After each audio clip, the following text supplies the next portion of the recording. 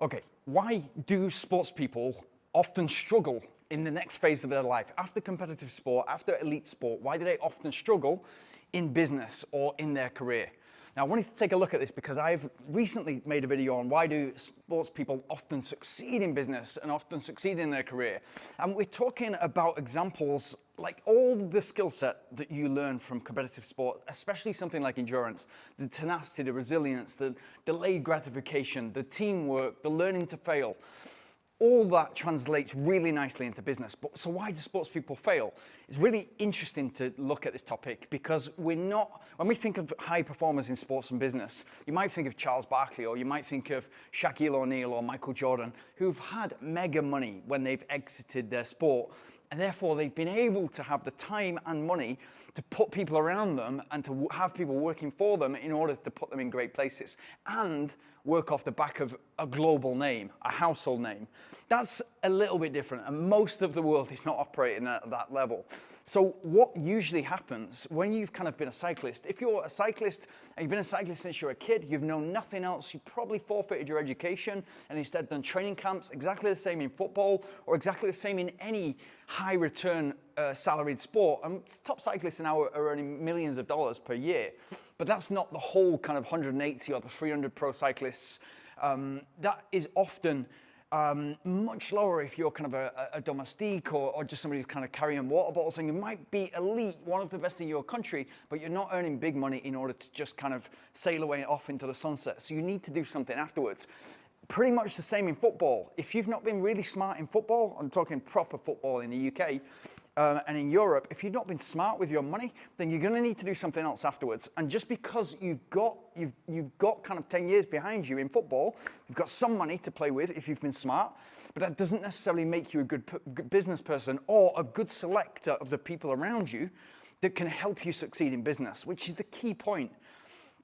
But why do people often fail? I was speaking to a friend recently, and he has competed at a really, really high level in track and field. And we were talking about the career that he was going into, which is real estate and real estate sales. And we were looking at the market and looking at kind of the opportunity for somebody like him to succeed. Now, what he was kind of coming up against was the fact that there was so much competition. There were so many houses available on the market for sale. There were so many houses available to rent. There were so many real estate agencies and so many real estate brokers or agent letters or whatever you call it. In the UK and America, it's different. But there was so much competition out there. And for me, that's opportunity. That's opportunity. If there's 20,000 people, if there's 70,000 people, if there's 300 people in a race, I want to be first. And so that's the mentality that sports people come from, mostly. Now, if you look at a football field, and if you look at kind of Alex Ferguson's main sort of philosophy when it comes to football, you want to take on somebody who wants the ball in the pressure moments. That's the champion. That's the personification of Michael Jordan. He backs himself more than anybody else on the basketball court to sink that shot with 1 second to go or half a second to go in order to win the game. He knows that he can learn, or he has learned to deal with the consequences of potentially missing that, but he would prefer to take that risk rather than put it onto somebody else on the court. And it's exactly the same as Ronaldo on the football field. So you want somebody who wants the ball. You want somebody when it's 1 minute to go on the football field that says, give me the ball, I'm taking this penalty. And that's exactly what you want in business. You want somebody who wants to take the risk, who understands the risk, who understands that they have the best skills, they're best equipped to deal with the situation. They understand the consequences of missing that.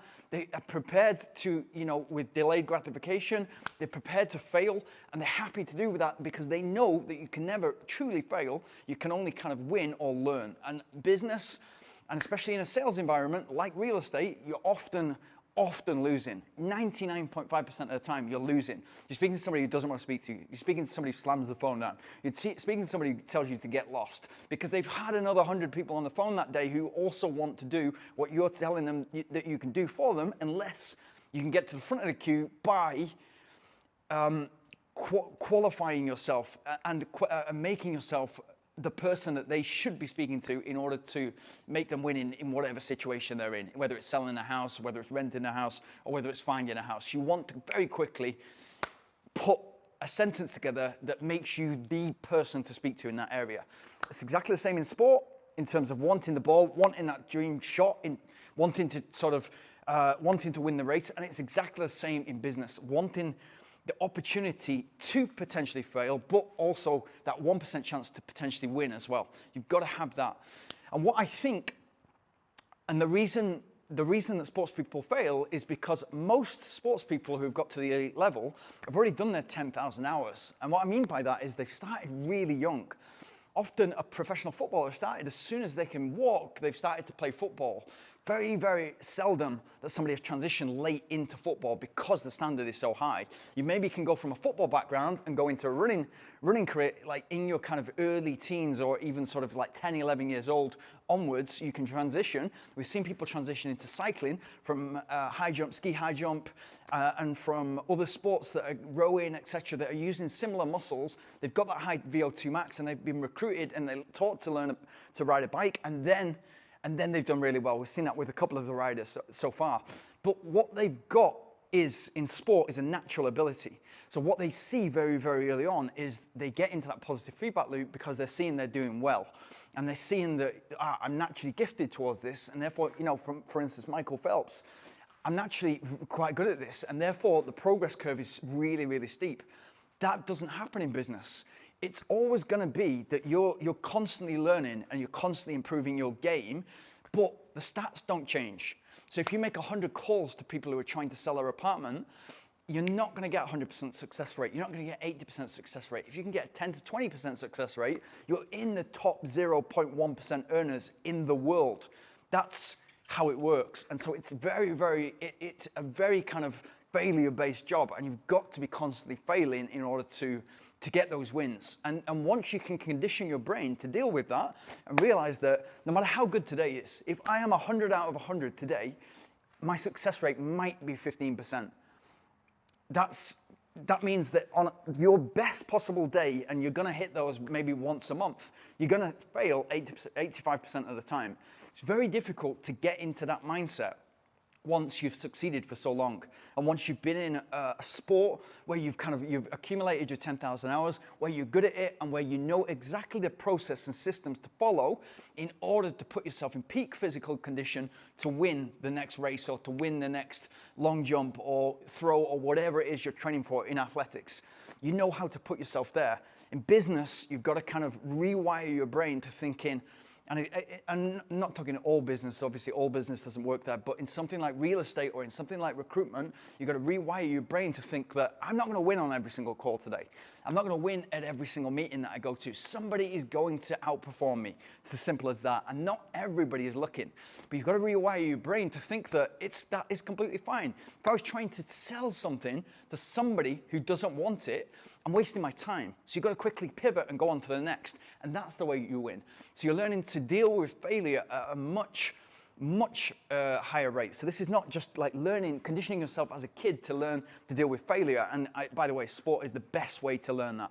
You're not going to win every football game. You're not going to win every race. You're not going to kind of win in every sport. And it's the perfect way to let children deal with failure, because if your first failure comes in your mid-20s, late 20s, you don't get that job that you dreamed of, all of a sudden you're crumbling, and then mental health issues, etc., etc. Sport is a great way to deal with that from a really young age and condition children going into adulthood how that actually feels like, and that life is not fair and you're not going to succeed all the time. It's a really important lesson to learn. But just going back to my friend, he couldn't figure out that it's a failure game. And so success in that business, and essentially real estate, was exactly the same as recruitment, building a business within your business. All the processes and systems are set out for you. You've just got to go and find your buyers and find your sellers and match them together. That's simple. You listen to the buyer. What are you looking for? Okay, why? Okay, why? Okay, why again? And over and over and over again. Okay, great. And location, all the different factors that come into it. Okay, I'm going to show you 5 houses.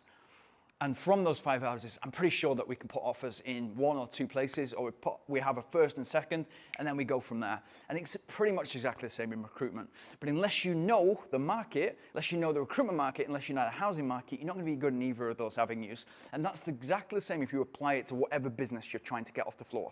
You've got to be a specialist, and you've got to be prepared to fail most of the time. But it's those wins that And it's that preparation, it's you being prepared to fail that separates you from somebody who can just take a job at any moment. And by the way, imagine if you're coming out of a professional sport, you're 32-year-old, you're retiring from cycling, you're retiring from football, you're a well-known name. How easy do you think it is for you to get an easy job? I've seen it happen so many times. And then somebody goes into a job, they're working for somebody, being told what to do. It's not inspiring like it was when they were out on the bike or the cricket field or the football field, and they've got to deal with that.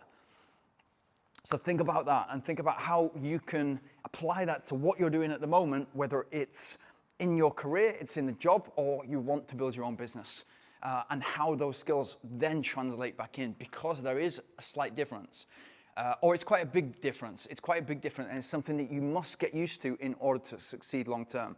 Good luck.